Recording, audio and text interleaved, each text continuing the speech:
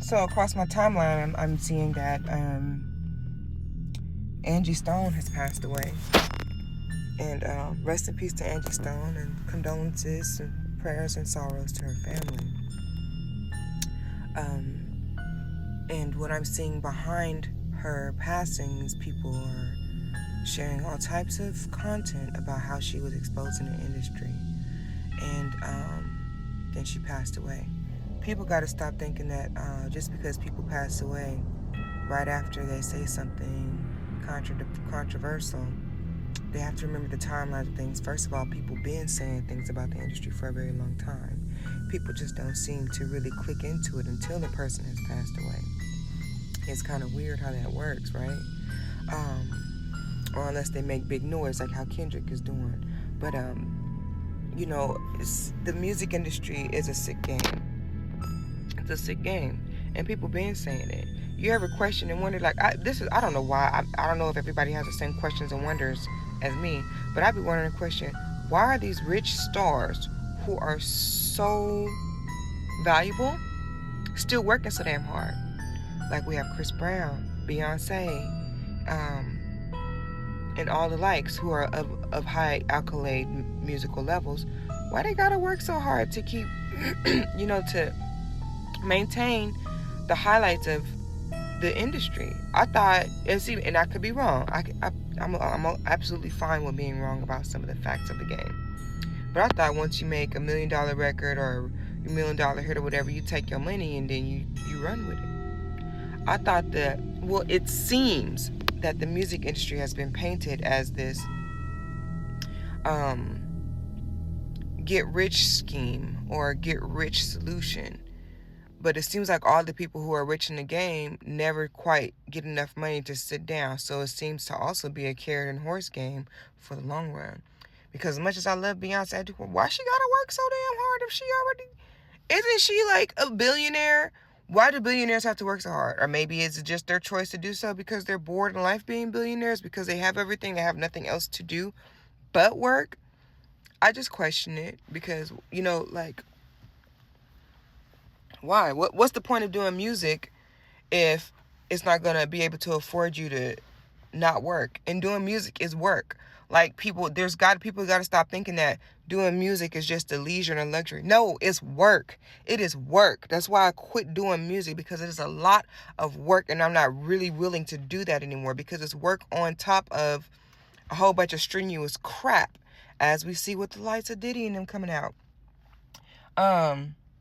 It's not just a form of, people think, oh, you just sing and you make your music. No, you have to sing, you have to write the music, compose the music, get the beats, sign paperwork, make your music legal. There's a whole lot that goes behind music, and I've questioned, is it even worth it? And for me, I don't even feel like it's worth it.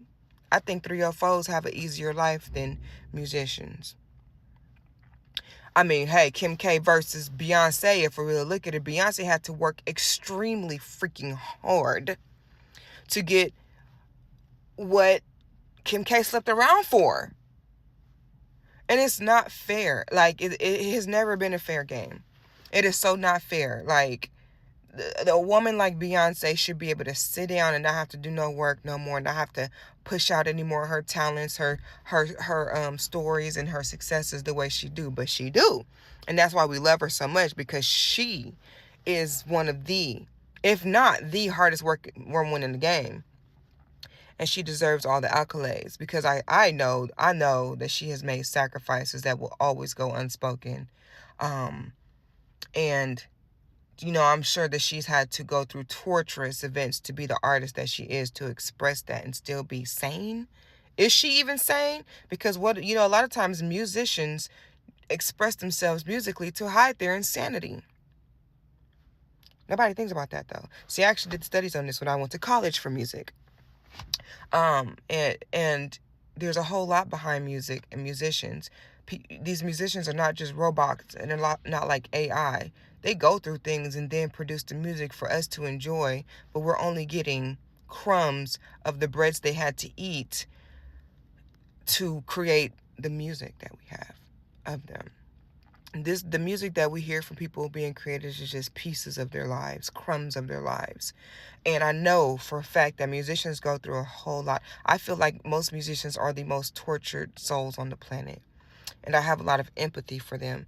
And whereas the typical shallow human beings or NPCs typically just desire a piece of these musicians' energy, where I feel like the music is enough. Anybody who's given us trials and tribulations in the form of music, that's enough.